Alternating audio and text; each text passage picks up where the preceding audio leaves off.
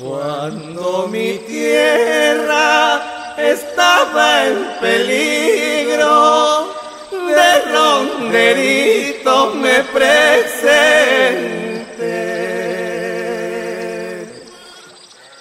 Cuando mi tierra estaba en peligro. Fruto de una reflexión que hicimos en equipo en el marco del programa Dinámicas Territoriales Rurales, por eso vienen ustedes de donde les habla. Primero, pues es un programa de 5 años que abarca 3 componentes. Se ha trabajado en investigación aplicada, fortalecimiento de capacidades de incidencia. Se ha trabajado en 19 territorios de 11 países. Y la pregunta fundamental es: ¿hay territorios ganadores en América Latina? Entendiendo territorios ganadores como los aquellos que han mostrado en un periodo más o menos de 12 años, dependiendo de qué información hay en cada territorio, algunos que es un periodo de 15 años, y ha habido crecimiento económico medido en el consumo per cápita, reducción de la pobreza y reducción de la desigualdad. Aquí pueden ver en América Latina cómo están distribuidos los territorios en los 11 países.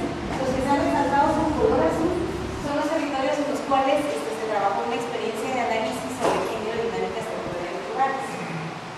Son esos 6 territorios que se han estado sacados, luego en la península de Yucatán, en El Salvador, en Chile, en Ecuador, en Guatemala y en Nicaragua. Obviamente se trianguló información cuantitativa con información cualitativa y talleres que se fueron realizando con grupos de actores y actoras territoriales. El punto de partida para analizar género y dinámicas territoriales rurales fue precisamente plantear que las dinámicas territoriales rurales están influenciadas por los sistemas de género. Y los sistemas de género también pueden influir en las dinámicas territoriales rurales. De manera que no podemos hablar de un solo factor que provoque cambios, ya sean positivos o negativos, sino que hay una influencia al estilo de las organizaciones circulares. Entonces, planteamos, por ejemplo, que los sistemas de género se hagan entre la interacción de actores y coalición, de los tipos de actores, de la capacidad de incidencia de los actores y las coaliciones de actores que se forman.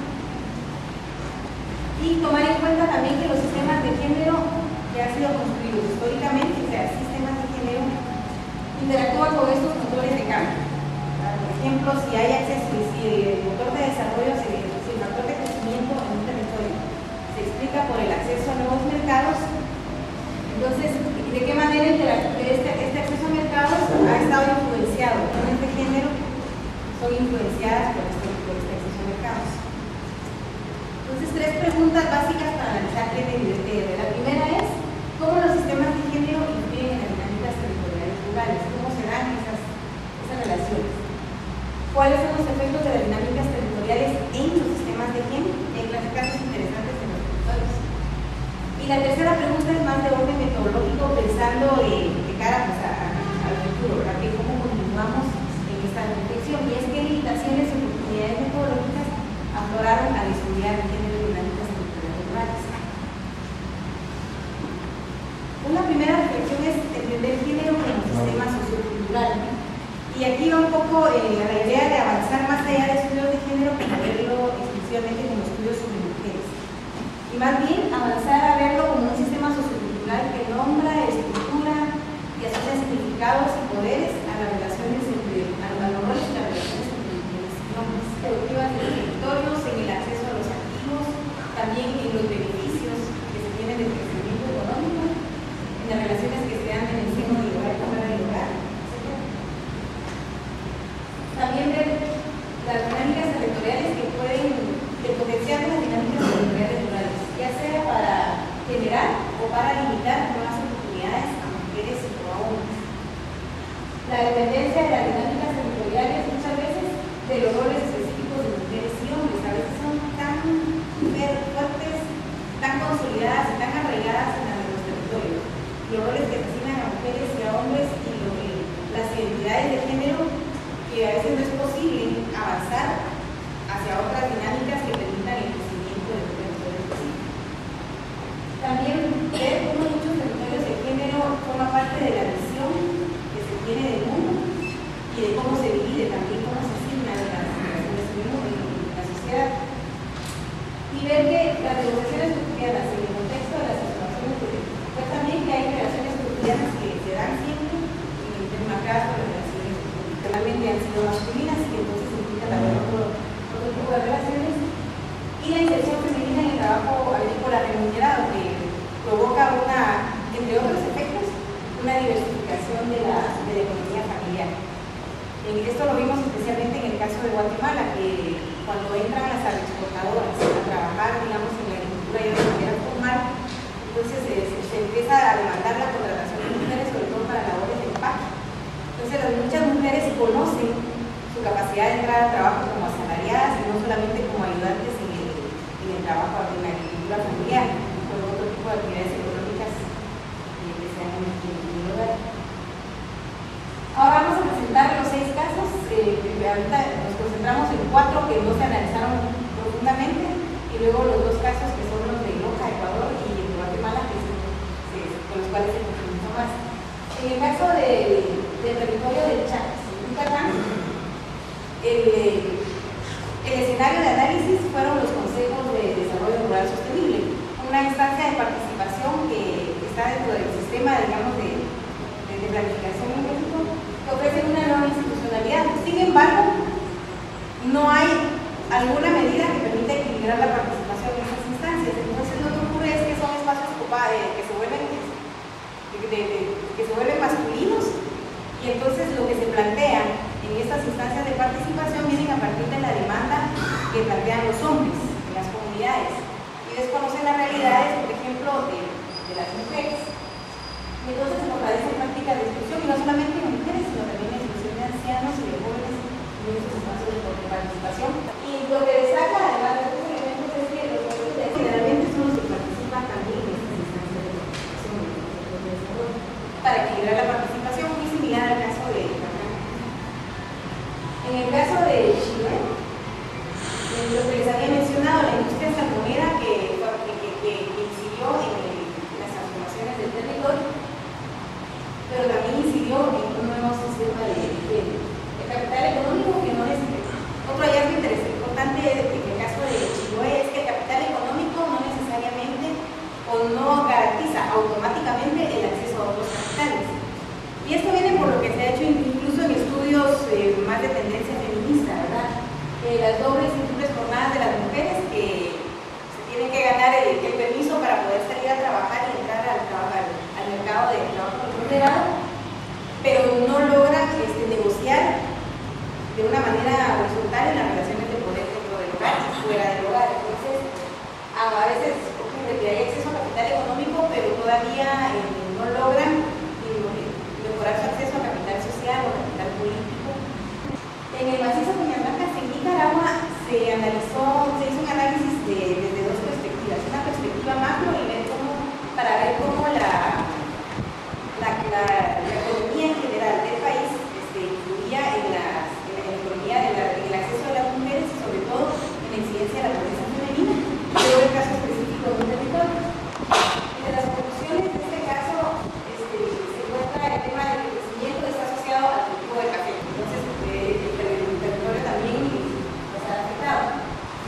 Se analizó la agenda pública, se ve cómo está orientada al desarrollo económico en general, ignorando el género como un factor que hay que tomar en cuenta sobre todo para equilibrar las desigualdades. Y entonces, esta carencia de activos que limita la participación de las mujeres, ¿verdad? Activos entendidos, por ejemplo, porque las mujeres manifiestan que no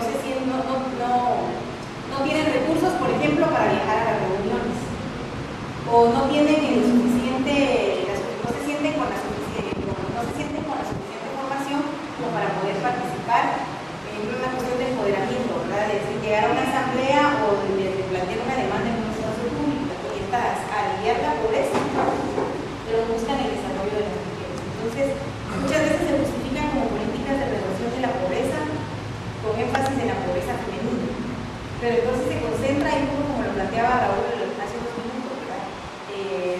Ya salir un poco de la excesiva focalización del tema de la pobreza. Y entonces, el caso de Ecuador, que es el que vimos con más detenimiento. Los sistemas de producción se van transformando a partir de la comercialización de café y maíz de los amarillos. En estos cultivos participan predominantemente hogares rurales y ha habido una especie de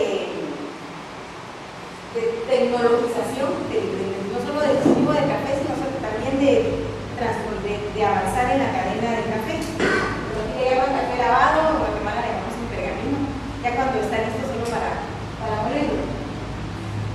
Y la comercialización ya la realizan organizaciones cafetaleras del mundo donde ya tienen diferentes resultados para la participación. Digamos, hay actividades finalmente que se vuelven masculinas y que se vuelven femeninas. Pero dentro de esa dinámica de producción de café, la migración al extranjero, generalmente es cabeza de hogar, generalmente es la figura masculina, provoca un acomodo de la familia nuclear, rural.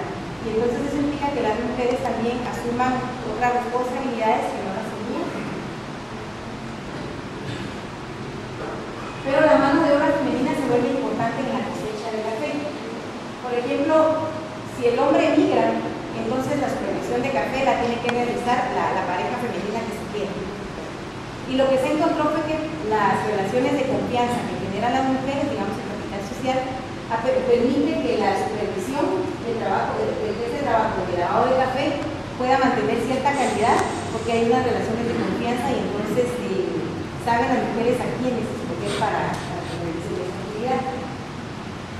Y el caso específico de la crisis económica que se dio desde hace unos 3 años para acá, cuando empezó a crecer la ayuda económica que se lleva para la comercialización del café.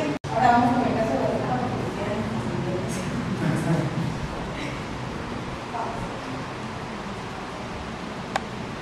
en el caso de Guatemala, uno de los factores de crecimiento fue la diversificación productiva. Y aquí, lo que les mencioné anteriormente, la influencia de las agroexportadoras en cuanto a la contratación de mujeres indistintamente y el cultivo de hortalizas. Además, ha ocurrido el mismo fenómeno de la inmigración, principalmente masculina, que implica este reacomodo de roles en los hogares y también incentiva emprendimientos familiares, que pueden ser desde una pequeña tienda de barrio hasta la inversión en un cultivo tradicional en el territorio. Y esto también ha posibilitado el acceso a otras redes para las mujeres. Y no era las conclusiones de la Bueno, eso lo tengo en esta gráfica rápido, que eso salió de la encuesta de hogares que hicimos en el territorio. Lo que va con la franja roja significa las actividades que se reportan como actividades masculinas y con la franja verde las actividades femeninas. Todas están relacionadas con las actividades que se realizan en el hogar. Como ven, limpiar la casa, cocinar, lavar ropa, cuidar a los niños, son actividades femeninas. Y actividades que implican salir, como por ejemplo ordeñar vacas, cargar agua, salir a vender el producto, cortar líneas, son actividades masculinas. Bueno, esta es una de las clases que dieron las mujeres que improvisaban y explicaban un poco de qué es su inserción social. Y entonces, aquí tenemos ya conclusiones sobre cómo relacionamos sistemas de género y desarrollo rural con la ciudad. Primero, dinámicas complejas, en las que las dinámicas territoriales generan o llegan oportunidades para el desarrollo social y económico tanto de mujeres como hombres, pero también la influencia en el sentido contrario. Dinámicas ajenas que pueden influir, pero por sí solas no permean aspectos fundamentales de los sistemas de género. Y eso lo vimos, por ejemplo, en el caso de las agroexportadoras en Guatemala, que, por ejemplo, abren el paso para la contratación de las mujeres en el mercado como asalariadas, pero hay otros espacios de participación, por ejemplo, participación social y sobre todo participación política, en los que se ve todavía el desequilibrio entre género y género. Y el género como un factor que interviene en el éxito de los territorios, ¿verdad? Porque primero, pues, permite explorar el análisis de las relaciones de poder, qué significados están contenidos en ellos, pero también analizar más, analizar cuáles son qué aporte, qué función tienen las mujeres y qué aporte y qué función tienen los hombres en cada uno de los motores de desarrollo. Tengo crítica en el tema de cómo explicar territorios desiguales, con la mayor o menor desigualdad en el territorio, pues cómo están los indicadores de desigualdad en el territorio. La importancia de estudiar el papel de las mujeres y el de los hombres, ¿verdad? Y luego veremos su relación. comprender el género dentro de un concepto más sistémico, y desafíos metodológicos como estos dos que nosotros tuvimos. Primero, si la jefatura de hogar es un rol masculino, porque en las encuestas de hogares se pregunta jefe de hogar, ¿verdad? Pero ya es masculino el jefe de hogar, resume de entrada. Ahora, en la práctica es un dolor de cabeza lograr explicar jefe de hogar en un sentido más abierto, digamos, que vaya como opcional si es masculino o femenino. Entonces es mayor trabajo para el encuestador, pero tiene que ser más directo. Y el concepto de trabajo, que actualmente implica invisibilizar el trabajo no remunerado, generalmente es de las mujeres, y en algunos casos que encontramos, por ejemplo, a las mujeres como ayudantes en actividades económicas familiares. Entonces es un aporte importante, pero no se cuantifica, ni en términos de costos del empresario, y mucho menos en términos de reconocer como un salario de trabajo de las mujeres. Buenas tardes. Muchas gracias, primero que nada, a los organizadores de CEPIA por invitarnos, por abrir este espacio internacional donde podamos compartir experiencias de investigación, no peruanas, con peruanos, con colegas peruanos. Para mí es un gusto la primera vez en su país y estoy aprendiendo bastante. Antes de empezar con el tema, queremos compartir experiencia de investigación en la región crónica de Costa Rica. Es importante que los ubiquemos también en qué contexto se ubica esta investigación. Esta investigación es una investigación muy puntual que se hizo en la zona de agrupamiento del Parque Internacional de la Amistad, en la región de Costa Rica, que es el sur-sur, más adelante lo voy a ubicar todo. Es una investigación que se hizo en el 2010 dentro de un proyecto mucho más grande que tenemos en asocio con el CIRAT Nancy. Es un proyecto que se llama Proyecto Serena, ambientales y uso del espacio rural. Es un proyecto internacional que se ubica en 3 continentes, donde tenemos el único caso de estudio latinoamericano en Costa Rica, donde lo compartimos entre el CIMIC y CIRAT, el Instituto, que se llama Centro Internacional de Política Económica para el Desarrollo Sostenible, que pertenece a la Universidad Nacional, y somos los encargados de ejecutar en Costa Rica esta investigación. Este es un caso más de estudio de un montón de casos más que llevamos. El proyecto tiene desde el 2009 y termina hasta el 2012. Si alguien tiene más interés en ese proyecto, tiene un poco de información que les puedo regalar después de la presentación. Ahora concentrémonos un poco en el caso. La presentación está organizada así. Primero vamos a contextualizar el tema, ¿verdad? Porque el tema de estrategias de vida y su relación con la conservación de recursos naturales, un poquito el marco teórico, como lo hicimos, los principales resultados como incluimos. El contexto de investigación se parte del típico clásico conflicto entre conservación y protección de biodiversidad y recursos naturales y producción agropecuaria, que está ampliamente documentada, ¿no? Donde tenemos posiciones divergentes. Por un lado tenemos conflictos, o sea, autores, ahí tenemos una revisión de los principales autores, donde simplemente dicen que existe una relación conflictiva entre conservar y proteger la naturaleza y alivio de la pobreza rural en los países más pobres. En este mundo de posiciones contrapuestas, nosotros ubicamos esta investigación y queremos ubicarla partiendo del hecho de que esta zona de estudio que hemos escogido, lo que llamamos en Costa Rica el sur-sur, la parte más sur del país, tiene estas características. El 26.5% de la población vive de la agricultura, la mayoría es agricultura subsistente. Básicamente las actividades que generan ingresos son café y ganadería extensiva, carne. El ingreso per cápita es bien bajo, es un 37.3% más bajo que la media nacional, y se considera que el 43.3% vive de la pobreza o pobreza extrema, son los determinantes de los comunidades. La consolidación del Sistema Nacional de Parques Nacionales se crea el Parque Internacional de la Amistad, que es un parque gigantesco, es el parque nacional más grande de Costa Rica, es un parque binacional, quiere decir que tiene una parte en Costa Rica y otra parte en Panamá, fronterizo. Es un parque enorme, una zona de amortiguamiento alrededor del parque, donde hay una serie de comunidades que están establecidas previas a la creación del parque. Obviamente, cuando eso sucede, pobladores que por generación están acostumbrados a utilizar libremente los recursos tace, no talle, no rompa, no limpie el plato para que siempre, y eso genera un conflicto inicial, más que un conflicto inicial, un conflicto. Justificamos la investigación porque en ese contexto,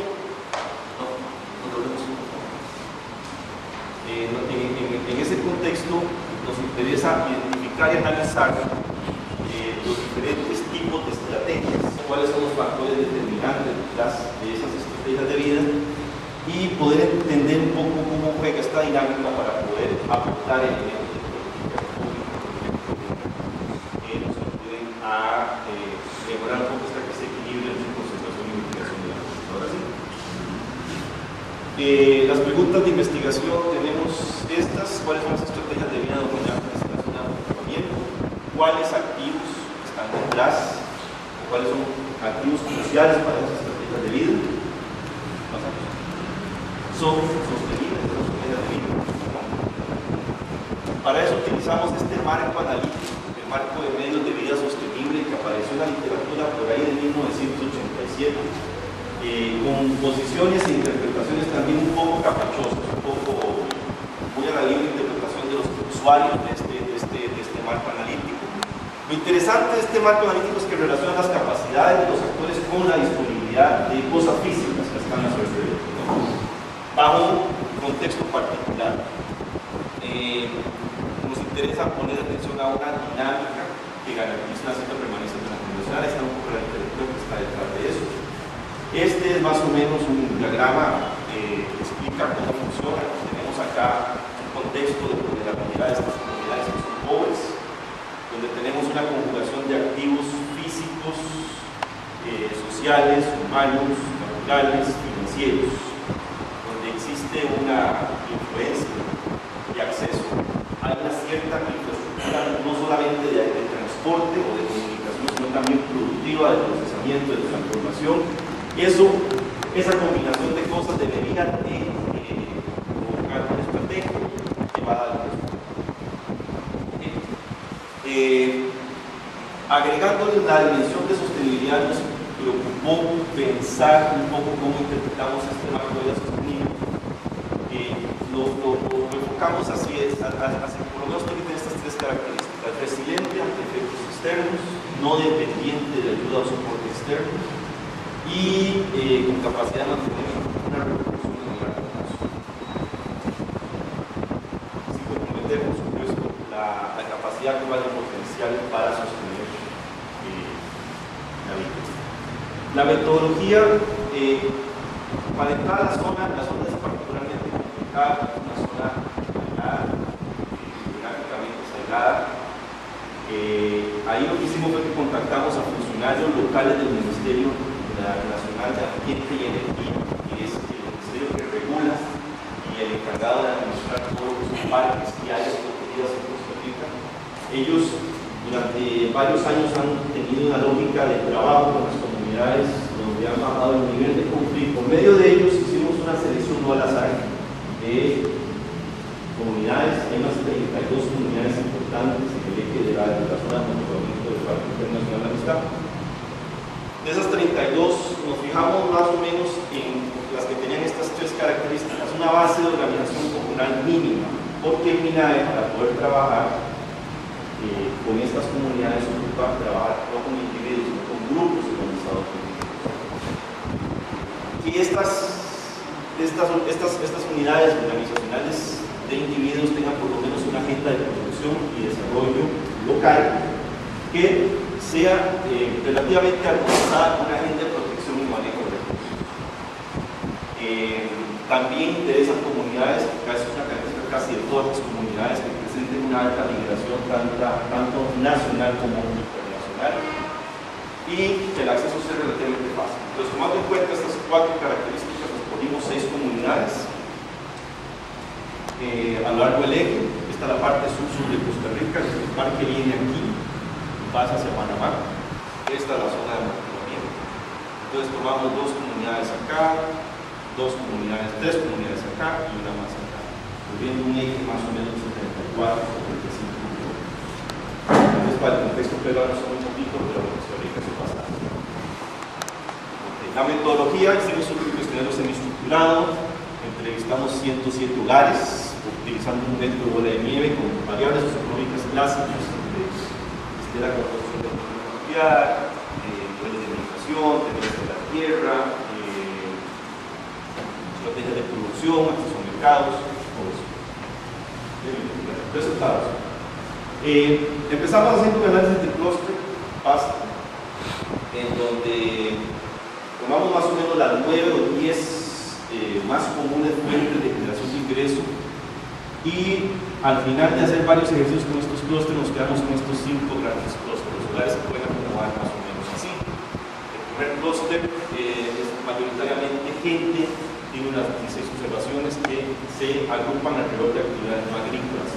Cuando decimos actividades no agrícolas, acá hay gente que vive en la zona pero no vive de la agricultura y vive de ninguna actividad que involucre el uso de recursos naturales, si no se dedican a actividades de comercio, actividades de construcción. El clúster 2 es un clúster más grande, tenemos una diversificación de gente que jornalea, en Costa Rica decimos jornalear al que va a trabajar a la chacra de otro, con un sueldo, con un día de trabajo, o tiene una estrategia también combinada donde recibe transferencias de gente familiar que está en el extranjero o en otra parte del país, lo que llamamos remesas, o transferencias de instituciones públicas de ayuda social, o bien tiene una agricultura sobre subsistencia. Esto lo hemos llamado trabajadores agrícolas de jornaleo. El clúster 3 es gente mayoritariamente dedicada a cultivo de café. Puede tener sus actividades, pero su principal fuente de ingresos es el café. El clúster 4 es gente que vive de las remesas y viven de lo que mandan diariamente. El clúster 5 es gente que tiene su estrategia de vida dominantemente marcada por actividades nicho. ¿Qué llamamos actividad nicho? Gente que produce algo y lo transforma parcialmente o totalmente en un producto que se vende en la zona. Dos casos típicos: queso y la panela. Ustedes saben lo que es la panela, ¿verdad? Allá le llamamos tapa de dulce, es tomar la caña, procesarla y venderla en forma de dulce. Ok, con estos clústeres tuvimos la tarea de buscar diferencias que nos ayuden a entender y explicar, por ejemplo, qué activos pueden ser importantes para un medio de vida. El clúster 1 tiene fuertemente la educación como un elemento especificador para esa estrategia de educación. El nivel de educación está directamente relacionado, el nivel de educación alto está directamente relacionado con nuestra vida no agrícola, no dependiente de los recursos naturales. Ser miembro de una organización local de desarrollo es más característico de los que tienen una actividad nicho, porque para poder vender algo que está procesado parcialmente se ocupa cierto nivel mínimo de organización para poder hacer eso. El acceso al crédito es fuertemente relacionado con la pertenencia al clúster 1. Eso lo que revela es que la gente que es más educada, no utiliza recursos naturales para su estrategia de vida, tiene mayores posibilidades de acceder a un crédito que la gente que sí depende de recursos naturales o vive de la agricultura para eso. La seguridad y tenencia de la tierra está más relacionada con la posibilidad de pertenecer al clúster 2. Eso significa que la gente que tiene una estrategia más cercana a los recursos naturales tiene que tener una cierta seguridad de tener la tierra. Pasemos al siguiente cuadro. En esta otra prueba,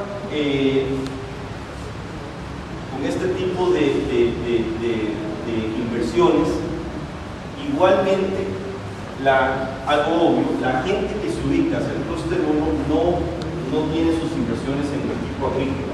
Eso es obvio. Si yo no tengo una estrategia de vida basada en actividades agrícolas, en actividades relacionadas con el invierno, el tipo agrícola, como se varía si estuviera en el clúster 2, en el clúster 3 o en el clúster 4. Pero aquí lo interesante es, por ejemplo, el valor de ganado se ubica más en la gente que es más dependiente de las remesas o la gente que está en actividades de jornaleo diarias. En los dos casos, para mí fue particularmente interesante que la gente que recibe remesas, que prácticamente vive las remesas, encuentre en el valor del ganado un activo importante asociado a su estrategia de vida. Y la explicación que habíamos encontrado es que la gente recibe las remesas, por ejemplo, de un hijo, de un pariente o de un esposo que está en Estados Unidos y que está invirtiendo en ganado, como una forma de acumular el capital. El ganado funciona como una caja de ahorros. Aquí básicamente tenemos algo que es a primera vista medio contradictorio, pero tiene su lógica. Generalmente, si uno ve la primera columna, todo el mundo está diciendo nuestra riesgo, que hay que arriesgar para poder sobrevivir. Pues eso nos confirma cierta tendencia que vimos en el campo de que la gente necesita diversificar sus actividades, y para poder diversificar tiene que estar probando sus cosas. Eso se confirma en la tercera columna. Pero cuando se les pregunta sobre invertir en nuevos cultivos, en más agricultura, ahí la respuesta es al revés. O sea, yo estoy dispuesto a diversificar, estoy dispuesto a voltear, pero no. Al final hicimos un análisis para ver qué está detrás de la tendencia de conservar el bosque. Y sorpresivamente nos dimos cuenta que es el tamaño de parcela y la tenencia de título de propiedad, lo que son los dos determinantes más importantes. El tamaño de la parcela, entre más tierras se tengan, más propensión, más probable es que yo conserve el bosque. Entre más segura tenga el nivel de tenencia de la tierra, más propensión tenemos el tamaño. Conclusiones. Se identificaron las 5 estrategias diferenciados. Las estrategias son vinculadas a diferentes activos también diferenciados. Ninguna estrategia puede ser calificada como dañina para la integridad del parque en sí, ni para la conservación de recursos naturales.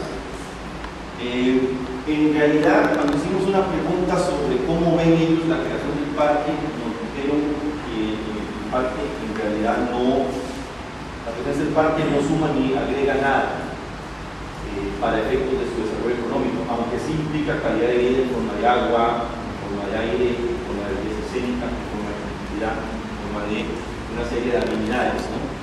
Aunque no les agreguen nada económicamente. Representa un potencial, pero no una generación actual de vivienda. Básicamente este modelo de conservación podemos decir que es sostenible, porque ellos no están deforestando, ellos no están cazando legalmente, pero en realidad estas comunidades se mantienen ahí gracias a actividades externas que se generan a la zona, ¿no? Un empleo que tiene uno, una remesa que llega, un mercado que está fuera de la zona.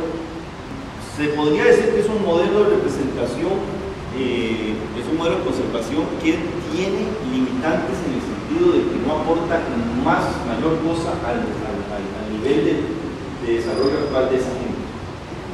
Aunque eso no significa que existen, como expresaron en los talleres que hicimos con ellos, más limitantes de tipo estructural clásicos, como por ejemplo falta de acceso a mercados, falta de acceso a fuentes de financiamiento, desempleo, falta de opciones productivas.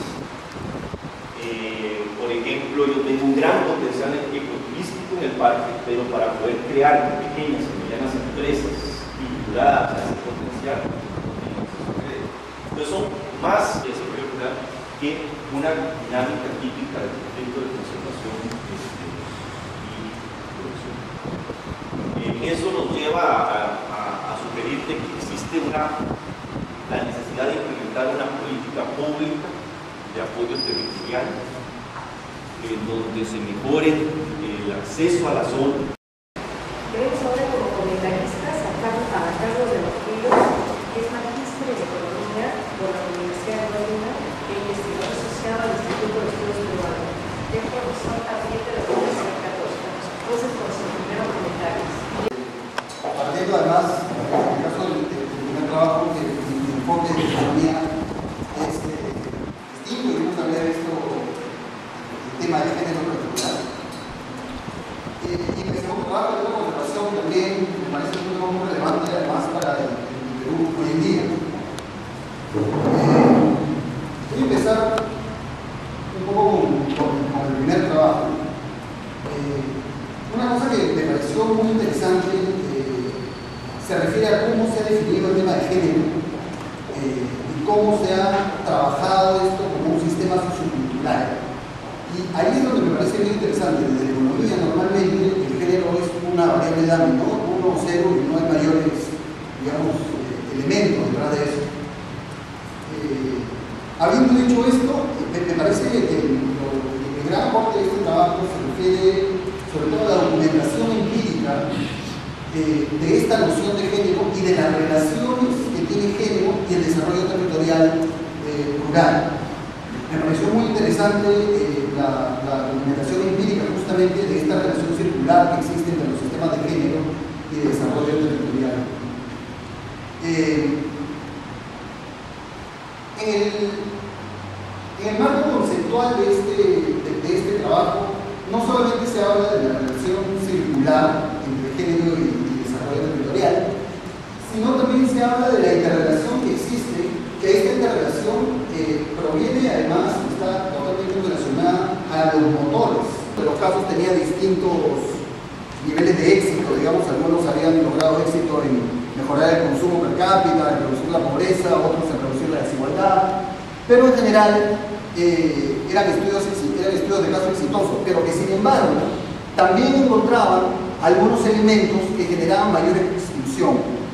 Y a mí eso me parecía muy interesante por la relación que existe entre desarrollo, pobreza, desigualdad y la noción de exclusión que siempre está dando vueltas, ¿no? Y la noción de exclusión vista desde la perspectiva de un grupo, nos lleva directamente a la noción de grupo. Pero también pueden haber otros tipos de grupos cuando nosotros estamos haciendo un análisis de desarrollo territorial. En este caso, la manera en que se trató el tema de género como un sistema, como digo, me pareció bien interesante. Y creo que es otro de los aportes que veo es una forma distinta de aproximarse a un fenómeno, a un determinado problema que está como al interior de un problema. Tenemos un fenómeno de desarrollo que tiene unos ciertos mecanismos para poder, digamos, salir de la pobreza, mejorar las condiciones económicas de un determinado territorio, pero que esto a la vez está generando interacciones con los grupos de una manera dinámica que cambia las estructuras del interior. Y estas estructuras pueden estar retroalimentando en el futuro mayor exclusión, mayor desigualdad, limitaciones al crecimiento, y eso me parece que es bien interesante. O sea, le añade no solamente a la noción de grupo, sino también a esta noción dinámica. Un tema, sin embargo, que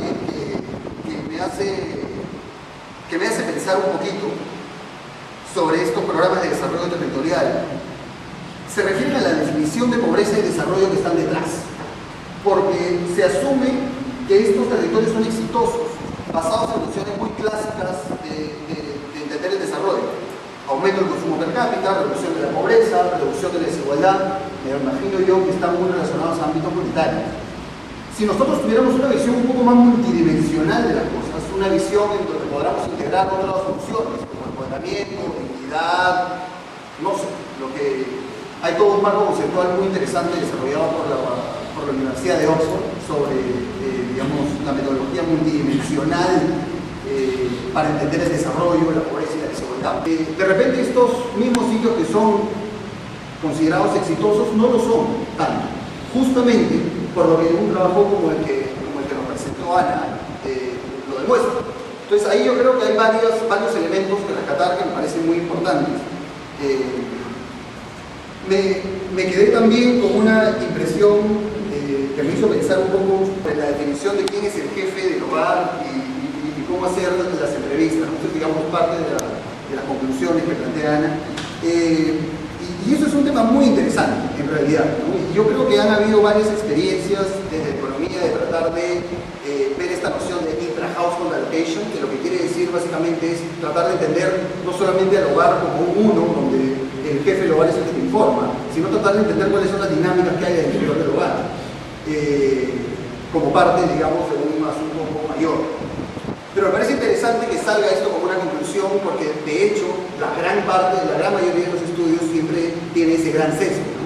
Y muchas veces encontramos en un estudio que se hizo hace muy poco sobre género y titulación de tierras en el Perú, algo muy interesante que se hizo fue tratar de medir variables de desarrollo y toda la encuesta se le hizo tanto al hombre como a la mujer, ¿no? Y los resultados fueron bastante distintos, todo era diferente. Entonces es bien interesante el trabajo fue realizado por unos noruegos que vinieron al instituto a hacer el trabajo. Lo que sí no comparto mucho es el tema de la invisibilidad de la mano de obra familiar no remunerada. Porque yo creo que sí, la mayoría de los estudios rurales, al menos en el caso peruano, sí toman muy en consideración esta variable. O sea, se consideran todas las horas en las cuales están asignadas a distintas tareas del hogar y fuera del hogar. O sea, sí hay, yo creo por lo menos en el caso peruano que sí hay cierto, no digo que es en la totalidad, pero sí hay cierto, digamos, entiendo que hay cierta noción del tema. Bueno, pasaría un poco al comentario sobre el segundo trabajo. El segundo trabajo, a nivel de tema, me parecía que era bien importante por la realidad que vivimos ahora nosotros en el Perú, ¿no? Esta discusión entre desarrollo, crecimiento y conservación y medio ambiente, los conflictos, algo de lo que mencionó Raúl Hernández ahora también en la ponencia de balance. Es un tema que va a dar mucho que hablar. Me imagino que es un tema que ustedes están viendo en otros lados también, es un tema importante. El marco, en particular el esquemita que a mí me pareció interesante, no lo tenía en el documento, y me hizo pensar en la estrategia econométrica, digamos, a seguir para poder encontrar estas relaciones y estas causas al final, que de hecho el documento, en ese sentido es un comentario, me da la impresión que toca temas como los veo separados, como por ejemplo la última estimación, ¿no? Con la última estimación, que además tengo algunas preguntas ahí sobre eso que me gustaría, si es posible, que se puedan aclarar, que ahorita las menciono. A mí me parece que el trabajo en general hace muy bien en reconocer los sesgos de su estimación. Sin embargo, me parece que es importante reconocer esos sesgos al momento también de hacer las conclusiones, porque si no me equivoco parece que estas son comunidades que vienen, que han sido ya trabajadas por este organismo estatal y tiene cierto nivel de coordinación, cierto nivel de contacto, lo cual, digamos, me hace pensar de que el sesgo podría, digamos, tiene cierto peso también. Ahora, me parece bien interesante, digamos, haber logrado trabajar también con estas comunidades al interior de un parque en conservación. Yo no he visto que haya muchos trabajos así, me imagino que esto también tiene que ver mucho con el tamaño de la muestra. Me imagino que el tamaño de la muestra es pequeño justamente por eso. No es muy fácil lograr estas razones por los procesos mencionados. El análisis que viene seguido, ¿no? Sobre los clústeres y el rol de los activos, entre otras cosas. 5 clústeres con 5 observaciones, si bien están claramente definidos, me parece todavía un poco complicado, y tenía ahí una pregunta, ¿no? ¿Cuál es la correlación entre los clústeres y la zona geográfica? Me imagino que ninguno, pero es una pregunta. Entonces tienen 5 comunidades. 6, ¿no? Otro de los elementos que me salta también a la cabeza, y me pareció muy interesante, es esta predeterminación de cuáles son los principales, digamos, elementos que contribuyen al ingreso. Y en esta predeterminación yo quería preguntar un poco cómo así definieron este marco de 10. O sea, ¿por qué no fue una cosa más abierta que luego se cerró, entre otras cosas? Aunque me pareció importante, ¿no? Pero también quería saber cuál era el efecto que eso podía haber generado en la respuesta, ¿no?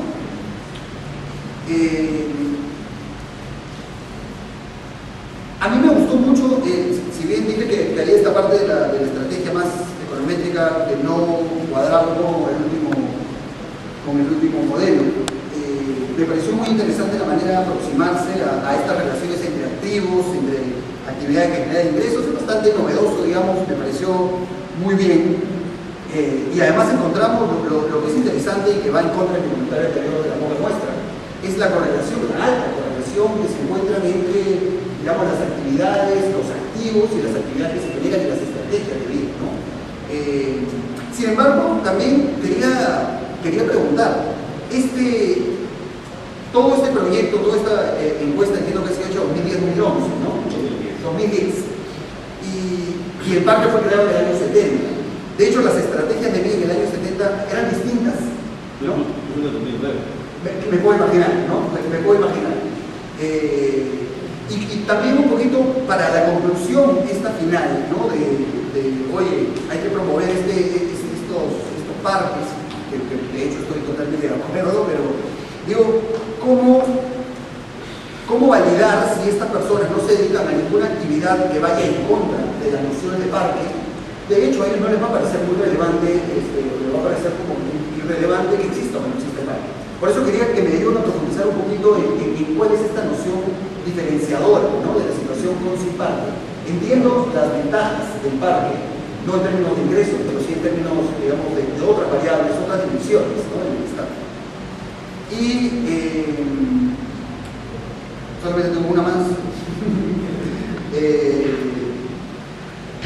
Sí, sobre el modelo final, quería un poquito más tener claro cuál era la variable dependiente y por qué no se utilizaron de repente algunas otras variables de control al momento de tomar estas decisiones. Digo, la clásica de control también, ¿no? Sexo, edad,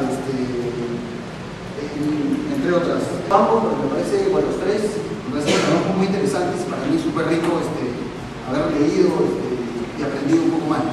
Gracias. Sí, empiezo. En primer lugar, quiero agradecer a los organizadores del 14º CEPIA, en la persona de Gerardo Damonte, por haberme invitado a comentar estas dos interesantes ponencias, y a la Universidad Nacional de Piura y al CIPCA por su gentil acogida.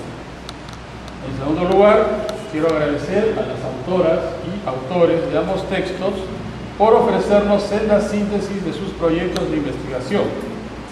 Al haber estudiado casos situados en otras latitudes como Costa Rica, Ecuador, Guatemala, Chile o México, sus trabajos nos aportan un interesante horizonte de comparación regional de alcance latinoamericano.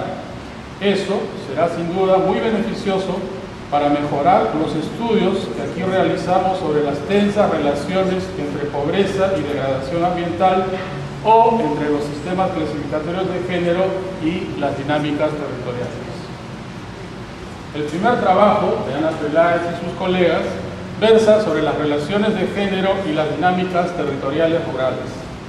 Se concentra en estudiar una muestra de los pocos casos considerados como exitosos en los que se ha podido identificar que la evolución positiva de determinados territorios, con las atingencias que acaba de hacer Carlos, obedece a la generación de un proceso social multidimensional en el que confluyen actores y condiciones sociales y coaliciones sociales, marcos institucionales adecuados y una óptima dotación de activos tangibles e intangibles.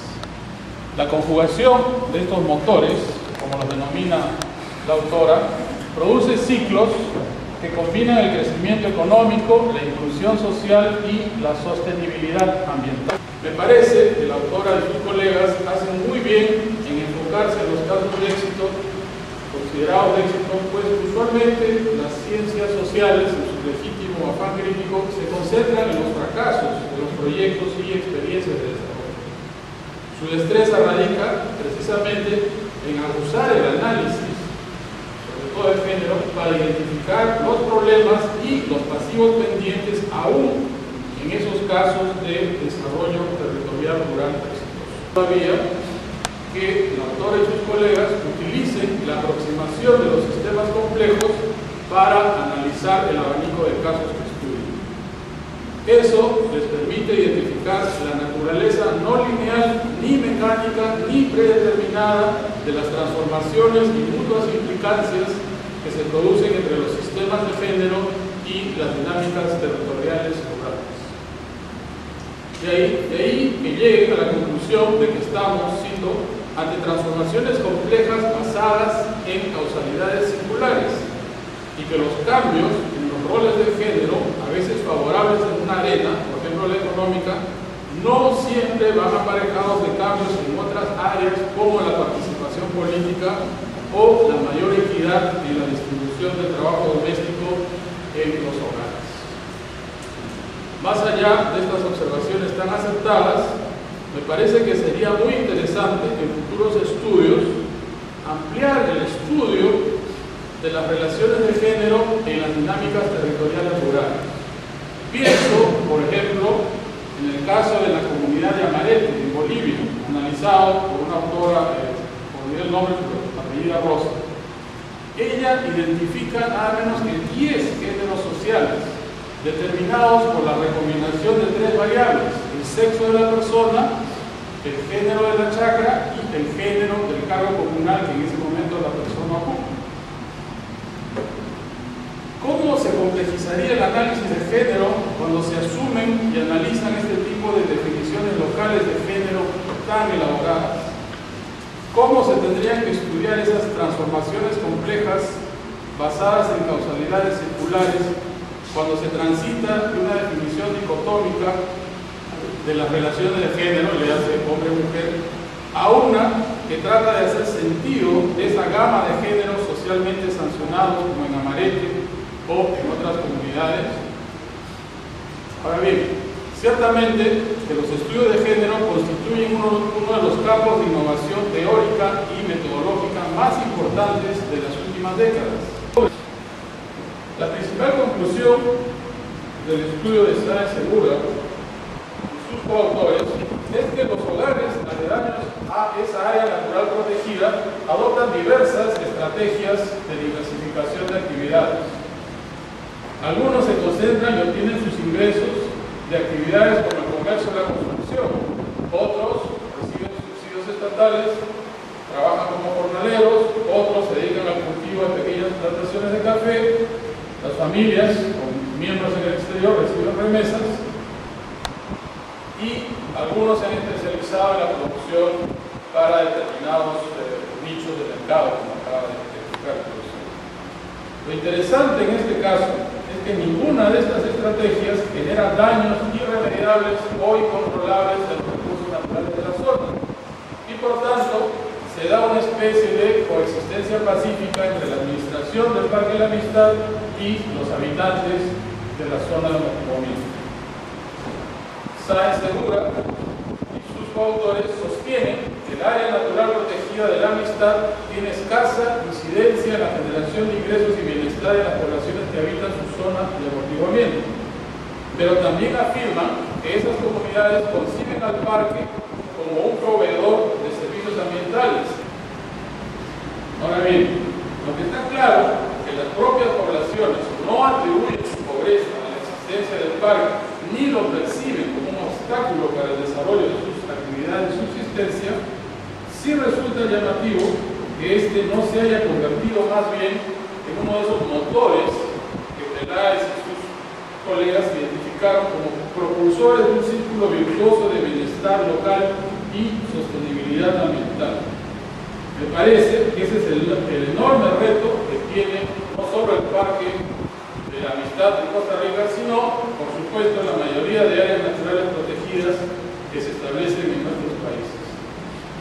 Los autores sugieren que se requiere, por ejemplo, una política de promoción del ecoturismo para enlazar las necesidades de empleo e ingreso local con la conservación de los recursos naturales. Ahora, en medio de esta crisis global, que parece que no solo es financiera, sino realmente sistémica, yo creo que habría que explorar otras oportunidades, ¿no? Porque me parece evidente que el flujo turístico internacional va a caer, pero no tengo evidencia de eso.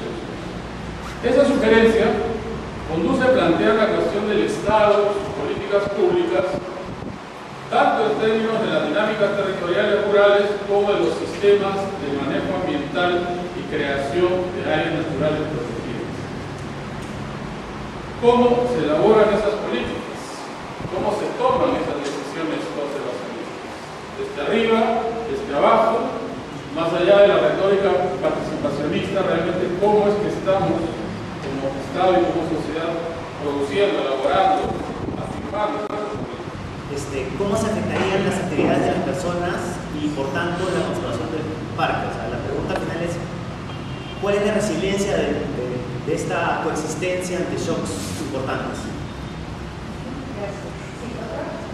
Amigos, bueno, soy profesora de secundaria en una zona rural acá que se llama La Arena. Cuando yo escuchaba las exposiciones reflexionaba y decía cuán iguales podemos ser en situaciones a pesar de las distancias, ¿no? Por ejemplo, veíamos cómo ese desarrollo económico, cambio de roles y todo lo que se viene dando, que acá lo observamos nosotros más de cerquita, cómo no puede traerse abajo un machismo tan fuerte que hay en las familias, ¿no? Y nosotros los educadores que tenemos la tarea de poder comenzar a hacer ese cambio que se espera para convertir esa inequidad de género en equidad de género o convertir esa exclusión en inclusión, se nos hace tan difícil porque hasta nosotros mismos venimos de familias que nos han formado más o menos así, ¿no? Ese es un primer comentario. Lo otro es que en estos estudios que yo estoy escuchando acá que ustedes han realizado, se habla muy poquito del poco empoderamiento político que hay de las mujeres, sobre todo de las mujeres campesinas. Por ejemplo, aquí en Piura nosotros tenemos dos comunidades campesinas, la de Catacaos y la de Sechura, y cuando escuchamos que entran en sus procesos electorales de ellos, no observamos que hay mujeres participando, aun cuando sabemos que ahora hay mujeres que asumen el rol de jefas de hogares, porque los padres ya no están, porque los varones ya no están en el hogar, pero no participan en este tipo de cosas, ¿no? Entonces se hace muy poquito, conocemos muy poco sobre eso, por lo menos de lo de Piura, ¿no? El otro tema es que escuchaba que ahora una forma de ingresos que hay en este tipo de familias es asalariados por las agroindustrias, decían, porque migran al extranjero, algunos de los familiares ingresan, pero no se ha hablado de algo que se está viendo en Piura. Los agricultores que tienen hectáreas pocas o pequeñas cantidades de tierra están uniéndose y terminan alquilándolas a las grandes empresas que vienen acá a trabajar, por ejemplo el tema de la caña. No sé si hay algún estudio sobre eso, pero tampoco he escuchado nada de eso, ¿no? Asimismo, también sería bueno en algún momento conocer qué está pasando con las mujeres, aquellas que están en estos programas sociales que comienzan a recibir dinero, que muchos pensamos que si será bueno así, permanentemente o alguna vez terminará eso, porque de alguna manera influye en el tema de la familia, cómo se mueve la familia. Y una preocupación grande es, nosotros como profesora, por ejemplo, observamos que los niños, niñas, jóvenes también ya se van al trabajo rural. Nos abandonan aquí en Piura, por ejemplo, en La Arena, junio, noviembre, diciembre, nuestros chicos se van de las aulas a la cosecha. ¿Y qué viene ocurriendo últimamente? Viene ocurriendo que estos niños comienzan a ver dinero y de repente ya el siguiente año ya no los tenemos matriculados. Por ahí surge un estilo de educación que hace que en un año nuestros jóvenes hagan 2 años, por decir, primero y segundo lo hacen en un solo año y solo sábado y domingo. Lejos de ser eso una ayuda, se convierte en que reciben una educación de muy baja calidad y lo que quieren es terminar rápidamente para ponerse a trabajar. Son preocupaciones que tenemos como profesores, como profesoras, y bueno, y también un poquito saber cómo está participando la mujer en todos estos conflictos sociales, ¿no? Por ahí ideas sueltas que tal vez ustedes que están en el tema de investigación puedan en algún momento trabajarlas. En el caso de Perú no sé quién puede hacerlo en estos temas, pero son cosas que nos preocupan y quería expresar, ¿no? Como profesores que somos. Gracias. Como en una de ellas se habla de la visibilizar, cómo hacer visible los aportes de las mujeres, cómo una investigación puede quedar a nivel de estudio, a nivel de sistematizarlo todo, pero han pensado en la primera experiencia, en cómo devolver ese conocimiento a las personas que han aportado, cómo hacer visible a nivel pedagógico, que vuelva ese conocimiento a las mujeres y que también eso ayude a su empoderamiento, a su autoestima personal y grupal, ¿no? ¿Qué tanto, digamos, ha incrementado ese nivel de empoderamiento de las mujeres en la toma de decisiones a nivel familiar y comunitario, sobre todo de aquellas que se habla que pasan a asumir el rol de jefe de familia cuando el esposo sale del hogar, cuando emigra, cuando se va a otro país? Ellas asumen la responsabilidad total hasta de la parcela incluso, pero cuando el esposo no está. ¿Y qué de aquellas mujeres, cuando que viven con el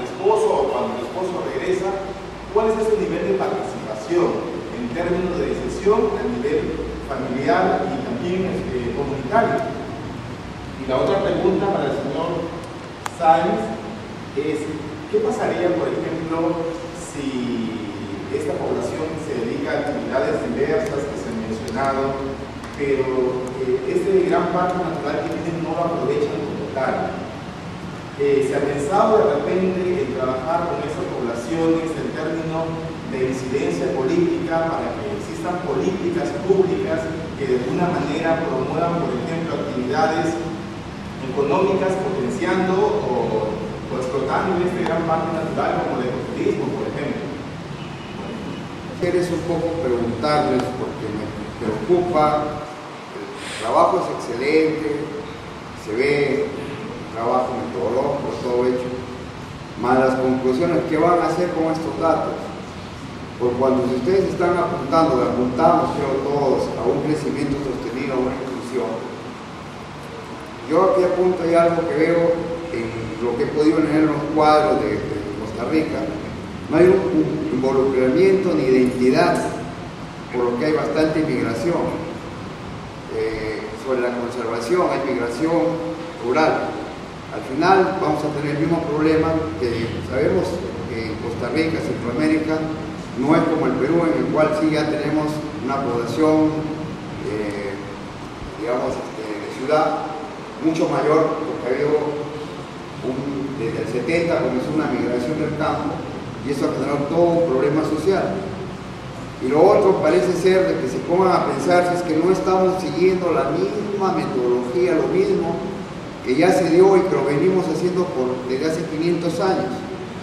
Vinieron unos colonizadores, me refiero a la cultura maya, la cultura inca, y que vinieron estos colonizadores pensando y haciendo una invasión y una distorsión, viendo ellos como acá éramos los infieles, y ellos traían la fe. Es un poco así como que he visto que el estudio de género es un poco descubrir lo que ya se ha visto, ¿no? O sea, de que allá hay lo que es familia, una forma familiar, que ya no se da en la ciudad, que en la ciudad se ha distorsionado ya esto de familia, ¿no? O sea, porque ya la esposa trabaja, el esposo trabaja, los hijos están, y es un problema ya diferente familiar.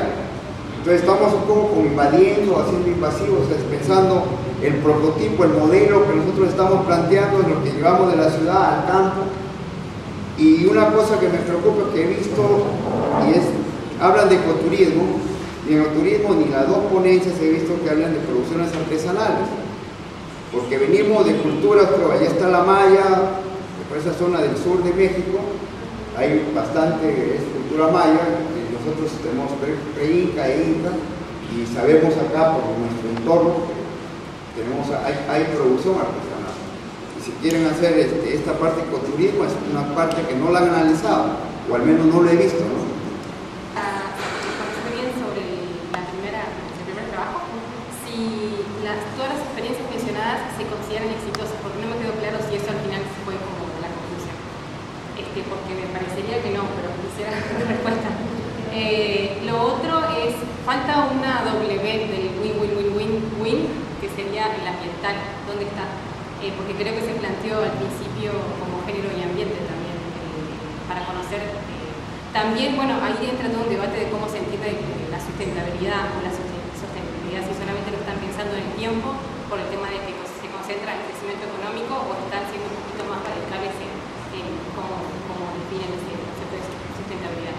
Y el otro es conocer si a ustedes les parece que la inserción de la mano de obra femenina gracias a la entrada de las agroexportadoras, en el caso de Guatemala y Nicaragua, creo que fue, o por ejemplo, bueno, no me acuerdo bien caso por caso, pero eso lo consideran exitoso porque creo que también representaría una sobrecarga de trabajo para la mujer, porque la mujer generalmente no deja su trabajo reproductivo, sino que sigue, si está en lo comunitario organizativo, lo continúa. Si está en lo reproductivo, obviamente no va a continuar porque el hombre no lo va a hacer. Y si encima se mete a lo productivo, que me parece que está bien, siempre y cuando haya algo que ayude a equilibrar las responsabilidades, es una autoexplotación continua. Entonces me preocupa que eso se considere exitoso. Ciertamente no todos son territorios plenamente ganadores. Olvidé decirlo porque en este que tenía poquísimo tiempo no fue suficiente con hablar rápido.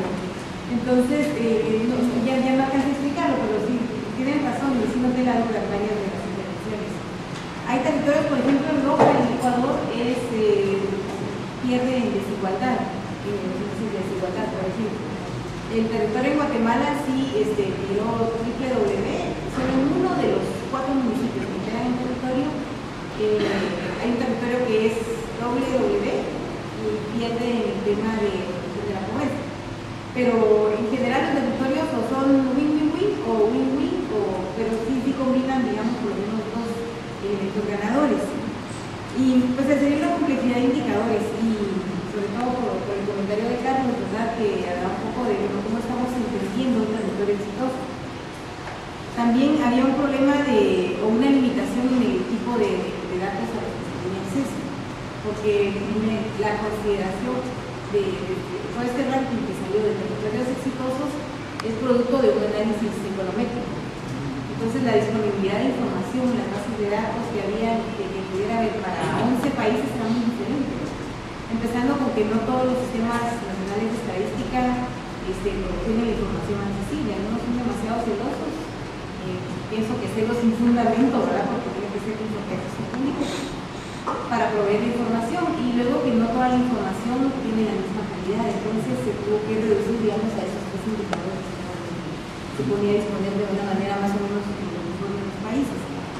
El tema ambiental surgió, en algunos territorios se abordó, entonces no lo podíamos tomar como un elemento para la reflexión acá porque no está presente en todos los territorios.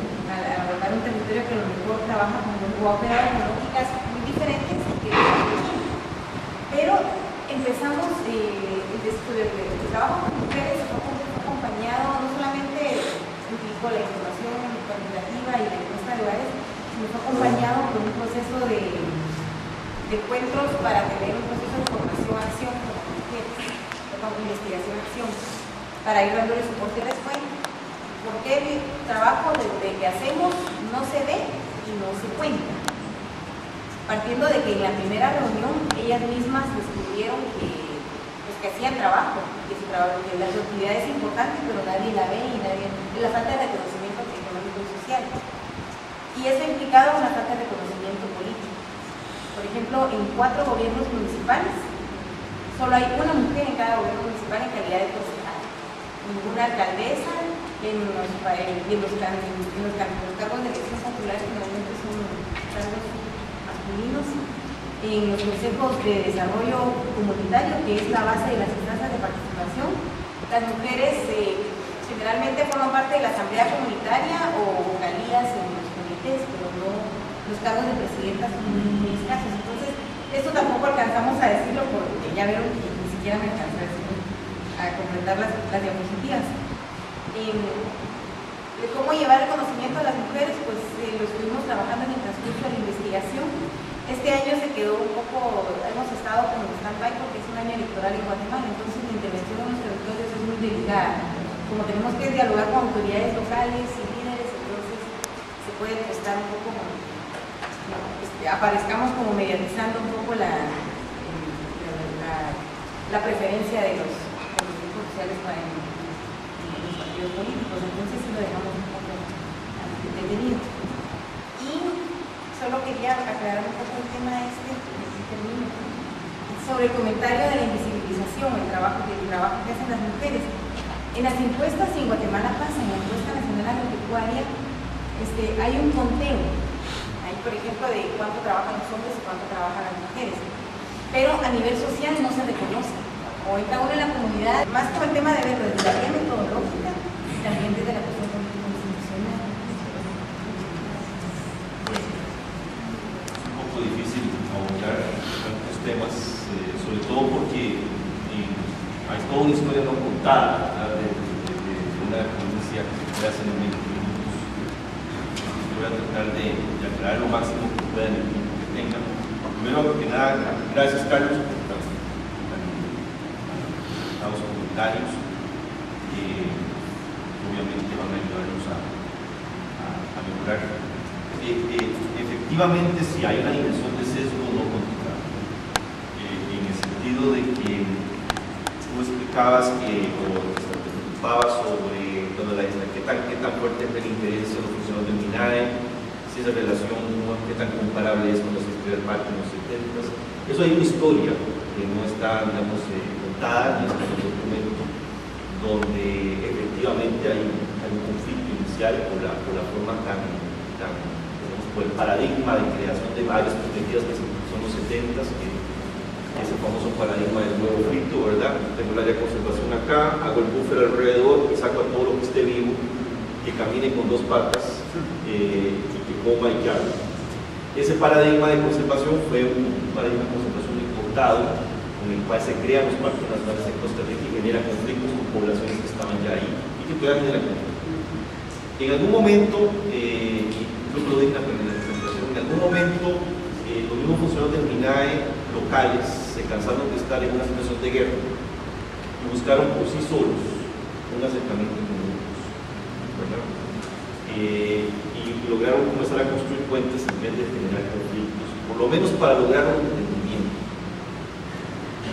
Cuando seleccionamos las comunidades con ellos, tuvimos varios problemas. Primero, las comunidades, todas son diferentes. O sea, a pesar de que tratamos de apegarnos a los 4 criterios que yo les presenté, aun cuando esos 4 criterios estaban bien calibrados, la heterogeneidad no era. Entonces eso por supuesto que nos mete ruido a la hora de manejar las bases de datos. Después hay que recordar que es una observación que se hace al 2010. Entonces es un cross-sectional data. Lo que nos está diciendo los datos es a lo que nos respondieron en el 2010. Si en el 2009 la cosa estuvo mejor, posiblemente la variabilidad de estrategias cambia. Ahora, no podemos esperar una variabilidad tan alta tampoco, porque el que se identifica como una estrategia de vida no agrícola es porque tal vez tiene un empleo en construcción. Entonces no va a cambiar de un empleo a otro, porque simplemente el café sube de precio. Aunque eso no signifique que tenga más o menos café de acuerdo a las características particulares de cada año. El número de observaciones fue un limitante, yo estoy de acuerdo, por eso es que dada la heterogeneidad de la muestra y dado la variabilidad de las respuestas y el número de observaciones es que utilizamos métodos no paramétricos. La zona es de difícil acceso, como les expliqué, el tiempo era corto para recoger los datos, pero desaparecemos y nunca más volvemos, ¿verdad? Algo que no mencioné es que tuvimos un criterio de trabajar con comunidades organizadas porque hicimos varios talleres. Hicimos un taller de inducción para explicarles el proyecto y para pedirles permiso para ir a entrevistarlos a sus hogares y para pedirles que nos brindaran información que se asume como confidencial. Yo le pregunto a usted qué come, qué vive, cómo hace para vivir, cómo hace para enviar a sus niños a la escuela. Usted, si no lo importa un árbol, no, porque eso es información confidencial. Eso hay que pedir permiso, no vamos a llegar a entrevistarlo así nomás. Luego tuvimos un taller para validar algunos datos iniciales, donde prácticamente tomamos estas 10. Cuando me preguntabas cuál fue el criterio para señalar o para seleccionar estas 10 posibles fuentes de ingresos, porque tenemos un montón y todas muy variadas. Entonces tuvimos un taller para con ellos acortar la lista de 10. Entonces eso es validado con ellos. De esas 10 escuchamos cosas, por eso es que nos salen tan bonitos, por así decirlo. Ok, tuvimos otro taller también con respecto al otro modelo, porque había una pregunta, que no lo mencioné por falta de tiempo, pero me gustaría tener chance de contarles un poco. Había una pregunta muy puntual en el cuestionario, que decía cuáles son los principales problemas para que usted genere ingresos. 60% indicó en general en las zonas de las comunidades falta de empleos en la zona. 27% problemas de acceso al mercado, o sea, lo que producen no tiene simplemente mercados, o lo que potencialmente podrían producir no tiene acceso a mercados. 20% no tiene recursos financieros para poder echar a andar nuevas iniciativas. 16% hablaron sobre el pésimo estado de las vías de comunicación. Se les preguntó también sobre el parque. Si el parque representaba un obstáculo para el desarrollo, no, ya les dije que la cuesta mayoritariamente más del 80%, no, el resto es diferente. En cuanto a las ventajas, la gente decía agua, la producción de agua es el principal bien, la disponibilidad de aire limpio, potencial turístico y belleza escénica. Entonces, a partir de estas respuestas es que configuramos el último modelo, en donde la variable dependiente era, ok, bueno, si usted está tan identificado con el parque, ¿qué es? Que queríamos saber qué son los determinantes reales detrás de los activos que tienen para conseguir. Ya, nada más para decir, digamos, porque tanto algunos comentarios aquí versaron alrededor del tema de género en esta investigación, y efectivamente aquí está invisible, porque no tenemos un modelo, un resultado específico en tema de género, pero sí les quiero contar que de esas 6 comunidades que trabajamos, a las 6 les dimos un taller de devolución de resultados. Tratamos de hacer una presentación lo más simple y sencilla posible para que ellos tuvieran los elementos más importantes que por lo menos les ayude a tomar decisiones como grupo. De esas 6, la comunidad de Loley es la más atractiva porque es la única que tiene un nivel de organización fuerte, tiene una agroindustria procesadora de café, es la única, y es la única que exporta ese café a Europa. Es el único polo de desarrollo que yo puedo encontrar en esas 6 comunidades. Y esa comunidad está totalmente empoderada por mujeres. Entonces la dimensión de género está, como decimos en inglés, underlying, pero a mí me impresionó mucho esas mujeres, porque son mujeres que se quedaron solas porque sus maridos se fueron a trabajar para Estados Unidos en la crisis del café, y simplemente no se quedaron en la casa viéndose la cara, simplemente decidieron para que hay que ponerse a trabajar. Hay que ponerse a crear un polo de desarrollo para que los niños y los muchachos se integren a la comunidad y no se vayan. Y hay muchos esfuerzos lograron construir esta asociación de mujeres, que es una asociación, se llama Asociación de Mujeres de Loley, se llama Asociación de Mujeres porque no van a que los hombres sean parte de su asociación.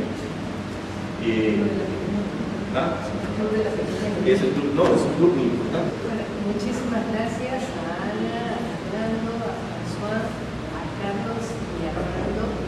Muchísimas gracias a ustedes. Nos vemos. Bueno, un aplauso a todas.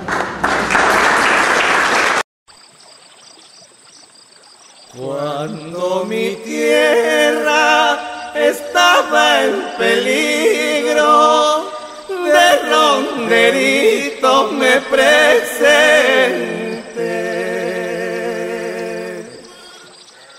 Cuando mi tierra estaba en peligro,